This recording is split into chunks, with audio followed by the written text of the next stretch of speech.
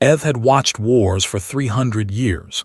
He was a historian from the species, one of the oldest races in the galaxy.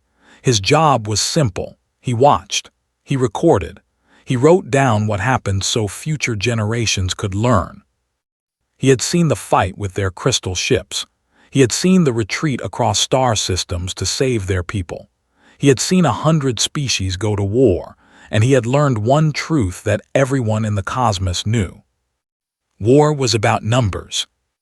You counted your ships. You counted the enemy ships. You calculated your chances. If the numbers were bad, you retreated. You saved what you could. You lived to fight another day. This was wisdom. This was how civilizations survived for thousands of years. Eth stood on the observation deck of the Coalition station called Endless Vigil. Below him, the planet 7 turned slowly in the darkness of space. It was a beautiful world, green forests, blue oceans. 30 million people lived on its surface. And the devouring swarm was coming to kill them all. Eth watched the tactical display with his 4 eyes. 300 swarm vessels moved toward the planet like a cloud of death. Their ships were ugly things built from the bones of conquered worlds. They did not negotiate. They did not take prisoners. They consumed everything. The Coalition fleet had already calculated the mathematics. They had 42 ships in the system. Against 300 swarm vessels, they would lose. The admirals had made their decision 2 hours ago. Evacuation was impossible. There was not enough time to save 30 million people. The transport ships could save perhaps 8 million if they started now, but the swarm would catch them. The transports would die. The escort ships would die. Everyone would die. So the Coalition chose the logical path. They would retreat. They would save their fleet. They would let 7 fall. 30 million acceptable losses. Eth had seen this before. He had recorded it dozens of times. It always hurt to watch, but it was the correct choice. The mathematics demanded it. Fighting would only add more deaths to the count. He was preparing to document the retreat when his sensor officer made a strange sound. "Historian Eth," the officer said, "new ships entering the system." Eth looked at the display. 12 ships dropped out of hyperspace on the far side of the planet. They were small compared to Coalition vessels. Their hulls were gray and simple. Their design was practical, without elegance. Human ships. Eth felt something cold move through his body. He had heard stories about humans. Everyone in the galaxy had heard stories, but he had never seen them fight. He had never documented their wars. The humans were young. They had only been in space for 200 years. They were not strong like they were not wise like they were not fast like by every measure they were unremarkable. And yet, something about them made the older species nervous. A communication signal filled the bridge. A human voice, female, spoke in clear Coalition standard. "This is Admiral Park of the Earth Defiance. Coalition forces, hold your position. We are moving to engage the swarm." Eth stared at the display. He checked the numbers again. 12 human ships, 300 swarm vessels. "She cannot be serious," he said. His sensor officer looked at him with wide eyes. "Historian, the human ships are accelerating. They are moving toward the swarm."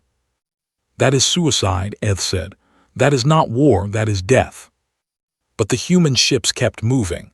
They formed into a tight formation, their engines burning bright against the darkness. They were not running. They were not hiding behind the planet's moons. They were flying directly at the enemy. The Coalition admiral, unnamed, opened a channel to the human fleet. "Admiral Park, this is Coalition command. Your action is not logical. You cannot defeat 300 ships with 12.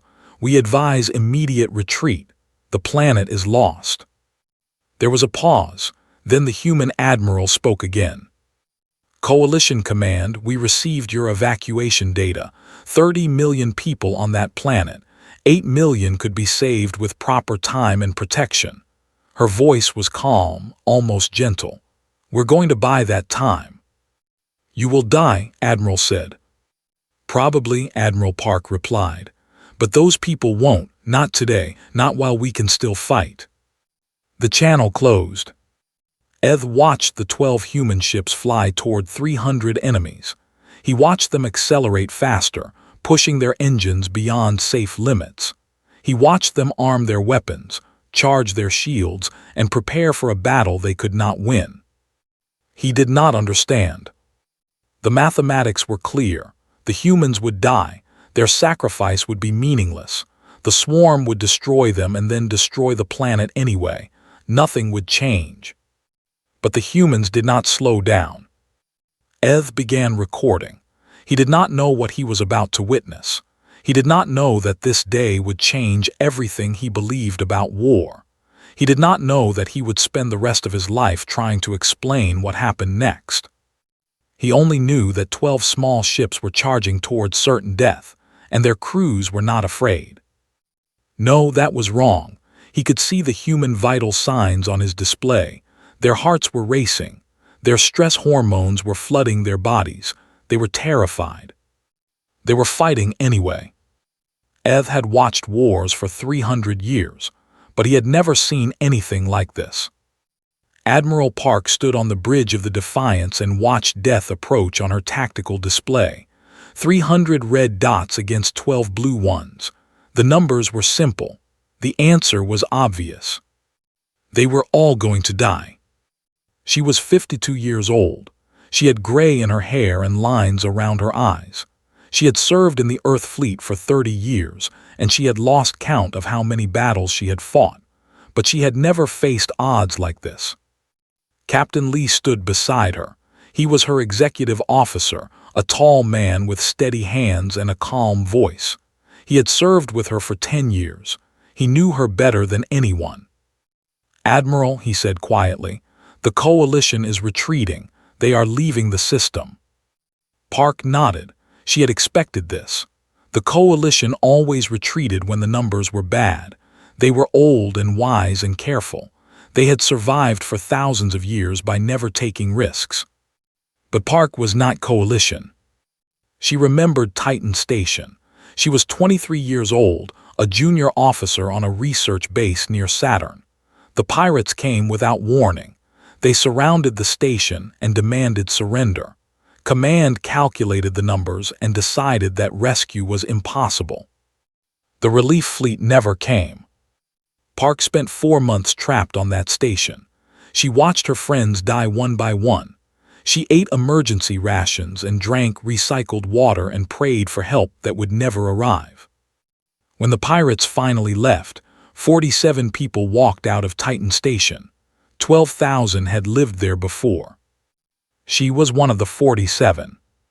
Park had made a promise on that day. She swore that she would never abandon anyone. She swore that she would never look at a group of innocent people and decide that their deaths were acceptable. And now, 30 million people were waiting on 7 for someone to save them. "Get me Lieutenant Han," Park said. Han appeared on the bridge within minutes. She was young, only 29, but she was the best tactical officer Park had ever seen. She could look at a battle and see things that others missed. "Admiral," Han said, "I have been studying the swarm formation." "Tell me." Han pulled up the display. 300 swarm ships formed a massive sphere around the planet. They were preparing to attack from all directions at once. "Their formation is strong," Han said, "but there is a weakness. The swarm command cluster is here at the center. If we could reach it and destroy it, the other ships would lose coordination for several minutes." "How do we reach it?" Park asked. Han hesitated. "We would need to fly directly through their heaviest fire. Survival probability is approximately 4%. 4%. 96 people out of 100 would die." Park looked around the bridge. She saw her crew watching her with steady eyes. They already knew what she was thinking. They had served with her for years. They knew who she was. "Captain Lee," she said, "calculate how long the swarm will take to destroy us if we attack." Lee worked at his console for a moment. "If we engage aggressively, We can draw their attention for approximately 8 hours before our last ship is destroyed. And how long do the transports need to evacuate the planet? With our ships protecting them, approximately 7 hours. Park smiled. It was not a happy smile. It was the smile of a soldier who had found a way to die with meaning. Then we have an hour to spare, she said. She opened a channel to all 12 ships. Every captain, every crew member, every soldier in the heard her voice. This is Admiral Park. You have all seen the numbers. You know what the coalition thinks. They think we should retreat and let 30 million people die. They think the mathematics demands sacrifice. She paused. I am not going to order you to fight. This is not that kind of mission. What I am asking cannot be commanded. It must be chosen. The bridge was silent. I am asking you to fly with me into certain death. I am asking you to buy time for strangers you will never meet. I am asking you to die so that children can live. She took a breath. If any ship wishes to withdraw, do so now. There is no shame in survival, but I am going forward. I am going to show this galaxy what humans do when innocent lives are at stake. Silence on the channel. Park waited. 1 second, 2 seconds, 5 seconds. Then Captain of the Destroyer, Unconquered, spoke. Admiral, the Unconquered is with you. Another voice followed, then another, then another. In less than a minute, all 12 ships had reported. Not one had chosen to retreat. Park felt tears in her eyes, but she did not let them fall. She was too proud of her people. She was too honored to serve with them. All ships, she said. Battle formation, we attack in 5 minutes. She looked at the tactical display one more time. 300 red dots, 12 blue ones. The mathematics had not changed, but something else had. Park had stopped calculating whether they could win. She had decided that they should fight, and nothing in the universe would change her mind now. The first swarm missile struck the Unconquered 17 minutes into the battle. Captain felt his ship shake as explosions tore through the outer hull. Alarms screamed. Lights flickered. Crew members shouted damage reports. Hull breach on decks 4 through 7, his officer reported. Engines at 60%, shields failing. Looked at his tactical display. The swarm was everywhere. Their ships filled the darkness like a swarm of insects, firing from every direction. The human fleet was surrounded, outnumbered. And they were still fighting. Watched the Defiance lead the charge, Admiral Park pushing her flagship directly at the swarm command cluster. The plan was simple. Hit them hard. Hit them fast. Draw their attention away from the planet while the transports evacuated civilians. It was working. The swarm had turned all their fury on the human fleet. They were ignoring the evacuation ships. They were focused on the 12 tiny vessels that dared to challenge them. But the Unconquered was dying. Another explosion rocked the ship, grabbed his chair to stay standing. His damage display was turning red section by section. Half his crew was already dead. Captain, his pilot said, we cannot maintain combat effectiveness. We should retreat too. No, said. He looked at the swarm command cluster on his display. It was a massive ship, 10 times larger than his destroyer. If it was destroyed, the swarm would lose coordination. Their attack would falter. Set course for the command cluster, said. Maximum acceleration. His bridge crew fell silent.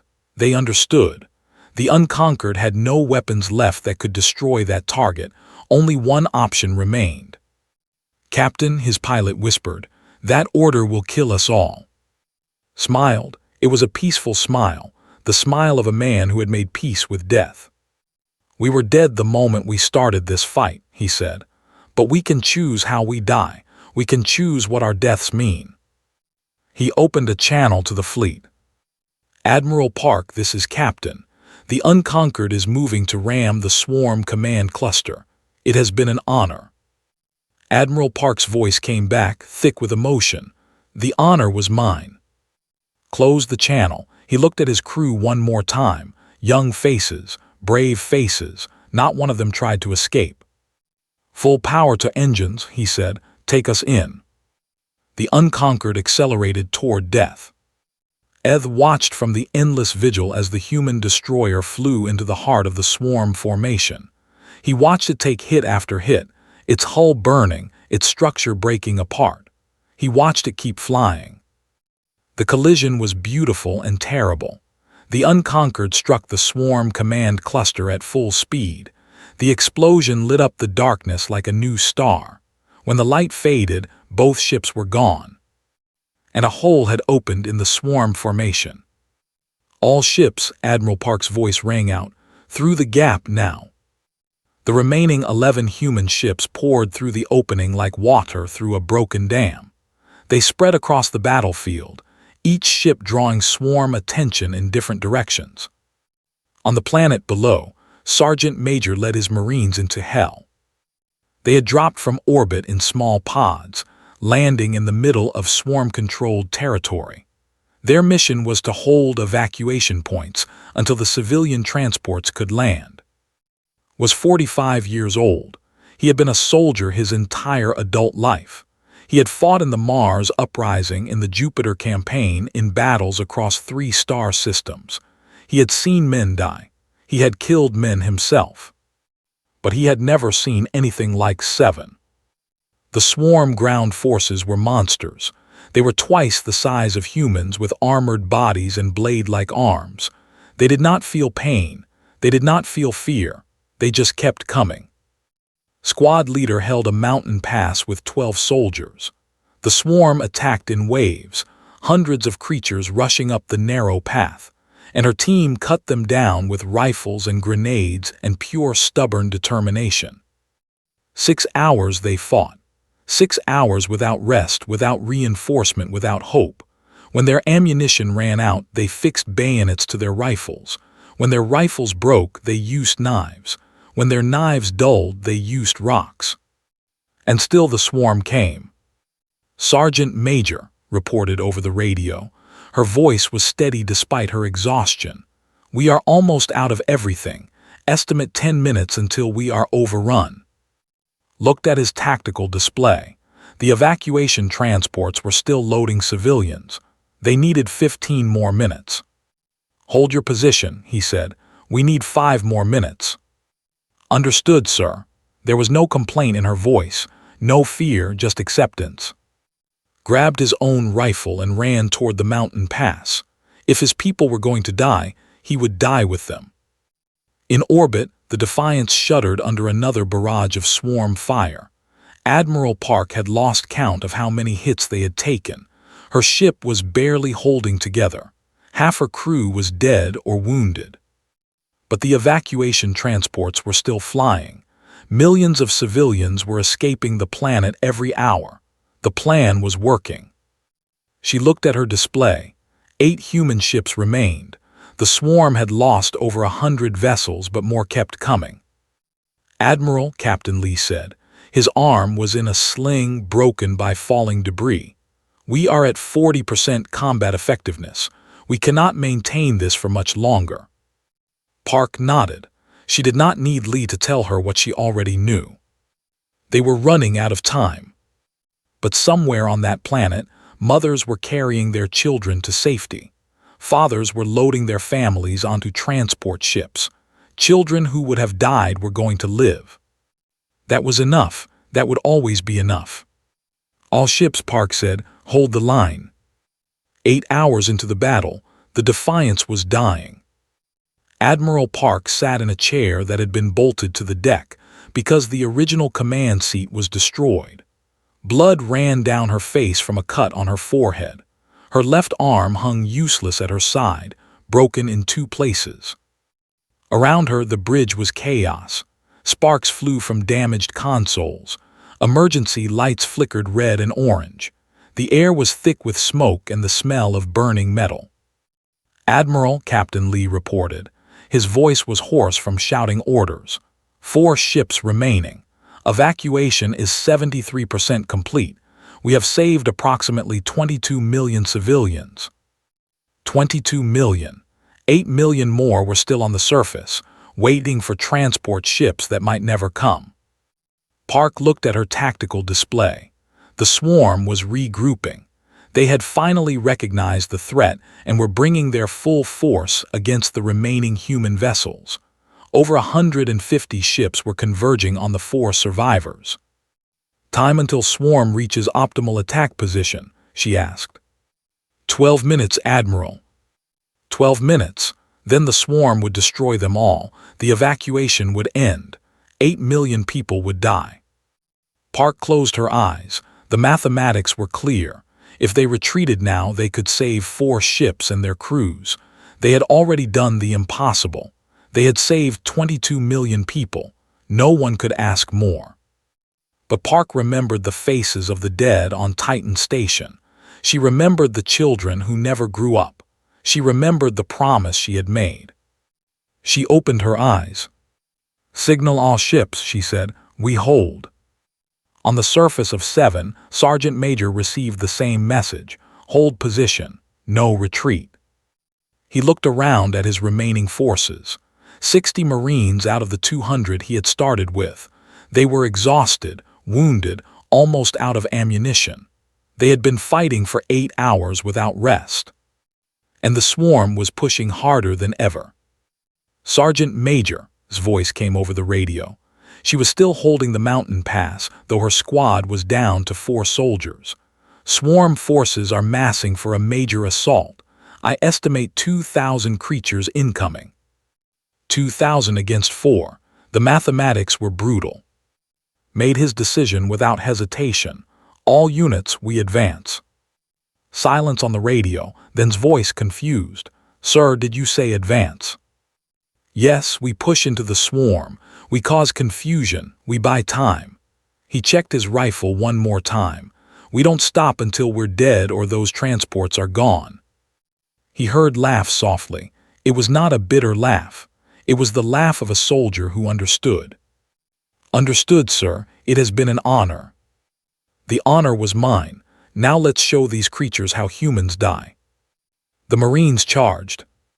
Eth watched from the endless vigil and felt something he had never felt before. He did not have a word for it. No word existed for this emotion. He was watching a species choose death, not because they wanted to die, not because they were stupid or reckless, but because they refused to let others die in their place. On his display, he saw a human medic named run into active gunfire. A child was trapped under debris, crying for help.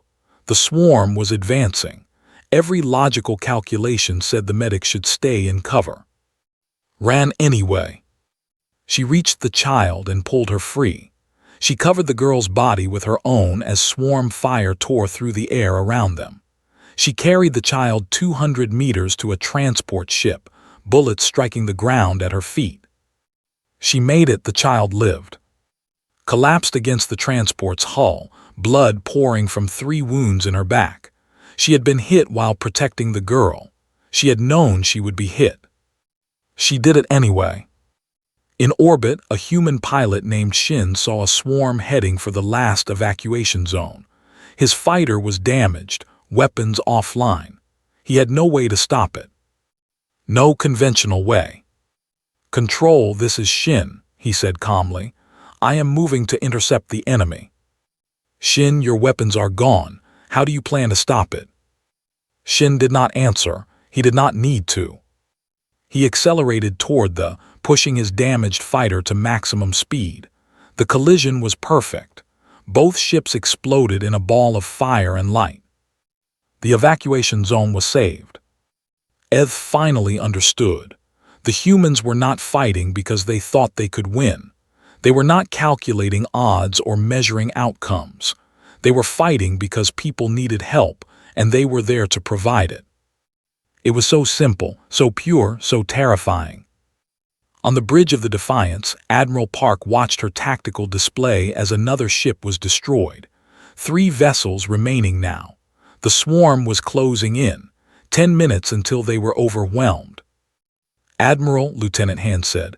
Her voice was calm, though tears ran down her cheeks. "I just want you to know, I would follow you anywhere." Park reached out and squeezed Han's hand. I know. She looked at her crew, the survivors, the ones who had stayed when they could have run, the ones who had chosen to die for strangers. She was so proud of them, so honored to lead them. All hands, she said over the ship's intercom. This is the Admiral. We have saved 24 million people today. We have done something impossible. Whatever happens next, remember that. Remember what we did. Remember who we are. She took a breath. We are human. We do not abandon the innocent. We do not calculate acceptable losses. We fight until we cannot fight anymore, and then we find a way to fight some more. The bridge crew stood, some saluted, some simply nodded. Now, Admiral Park said, let's finish this. 6 months after the Battle of Seven, Eth stood before the Galactic Coalition Council. The chamber was vast. Representatives from 100 species filled the seats, their eyes fixed on the old historian. Some were ancient beings who had watched stars die. Others were young races just beginning to explore the cosmos. All of them had heard the stories. All of them had come to learn the truth. Eth activated his display. Images filled the air above him, burning ships, desperate soldiers, explosions lighting up the darkness of space. The Battle of Seven should have been a massacre, he began. 12 human ships against 300 swarm vessels. By every military calculation in the known galaxy, the humans should have died accomplishing nothing. He changed the display. New numbers appeared. Instead, they achieved the impossible. 29.7 million civilians evacuated. 187 swarm vessels destroyed. The swarm's offensive broken for 6 months. Murmurs filled the chamber. The numbers were unbelievable. The human fleet lost 8 ships, Eth continued. The survivors were so damaged they had to be towed to safety. Over 3,000 human soldiers gave their lives that day. He paused. The chamber fell silent. But those are just numbers, and I did not come here to give you numbers. He closed the tactical display. A new image appeared. A woman with gray hair and tired eyes, standing on a hospital ship with bandages covering half her body. This is Admiral Park. She commanded the human fleet. When the battle was over, when the last civilian transport was safe, she received the Coalition Medal of Honor. Do you know what she said when they gave it to her? Eth let the silence stretch. She said, "When can my crew return to active duty?" The chamber was absolutely still. She did not ask for rest. She did not ask for recognition. She asked when she could fight again, when she could protect more people, when she could put herself between the innocent and the darkness one more time. He changed the image again. A young woman in torn armor, standing on a mountain of swarm bodies. She held a mountain pass for 8 hours with 12 soldiers. When relief forces finally reached her position, only 3 of her squad were still alive. The swarm had thrown 2,000 creatures against her. She held them all. The image shifted to show receiving medical treatment. She was smiling despite her wounds. When they asked her how she did it, she said, "We don't leave people behind. We never have. We never will." Eth looked around the chamber. He saw confusion on many faces. The coalition species did not understand. They could not understand. "I have watched wars for 300 years, he said. "I have documented the strategies of the who retreat to preserve our futures. I have recorded the defensive tactics of the who protect their crystal worlds with careful precision. I have studied 100 species who fight when the numbers favor them and withdraw when they do not." He stepped forward, his 4 eyes meeting the gazes of the assembled representatives. "The humans do not fight this way." He brought up a final image, a simple photograph of the human fleet taken before the battle, 12 small ships against the infinite darkness of space. Humans do not calculate whether they can win. They decide whether they should fight, and once they decide, no force in the cosmos can make them stop. The representative raised a manipulator arm. But this is madness. They threw away lives for nothing. For nothing, Eth interrupted. 29 million people live because of what they did. Children grow up with parents, families remain whole, an entire civilization survives. He shook his head. That is not nothing. That is everything, and the humans understood this better than any of us. He turned off the display. The chamber fell into shadow, lit only by distant stars through the great windows. I spent 6 months trying to understand what I witnessed that day. I interviewed survivors. I studied human history. I read their literature, their philosophy, their myths. He took a breath. And I finally understood why the cosmos dreads humanity. The chamber leaned forward, waiting. It is not because they are strong. They are not the strongest species. It is not because they are intelligent. Many races surpass them in pure calculation. It is not because they have great numbers or advanced technology. He spread his arms wide. The cosmos dreads humanity because they have something none of us possess. They have the capacity to look at certain death and choose it anyway, not from madness, not from stupidity, but from love. The word hung in the air. Love for strangers, love for people they have never met, love for the simple idea that every life matters and is worth protecting. They will burn themselves to ash to save someone else's child. They will charge into darkness knowing they will never return. Eth felt old emotions stirring in his chest, emotions he had not felt in centuries. This is why they cannot be intimidated. This is why they cannot be calculated. This is why they cannot be understood through any lens we possess, because we measure victory in survival and they measure it in meaning. He looked at the representatives one final time. The humans are hope made into fury. They are love transformed into fire, and as long as they exist, the darkness will never fully triumph. He bowed his head. That is why the cosmos dreads their power, not because they will always win, but because they will never, ever stop fighting for what matters. The chamber remained silent for a long moment. Then slowly the representatives began to stir. Some whispered to each other. Some stared at nothing, lost in thought. Some looked at the historian with new understanding in their eyes. 1 year later, Admiral Park visited the memorial on 7. The names of the fallen were carved in stone that would last for. She walked among the monuments, reading names she had known, faces she remembered. A young child approached her. It was the same girl that Medic had saved, the one she had shielded with her own body. "You are the human admiral," the girl said, "the one who saved us." Park knelt beside her. "Many people saved you, not just me." "Why did they do it?" the girl asked. "The ones who died, why did they fight for us?" Park thought about Titan Station, about Captain's final smile, about standing on a mountain of enemies, about 3,000 soldiers who gave everything they had. "Because someone had to," she said simply, "and they were there." The girl did not fully understand. She was too young. But Park could see something in her eyes, a spark of recognition, a seed of understanding. One day, Eth believed, that seed would grow.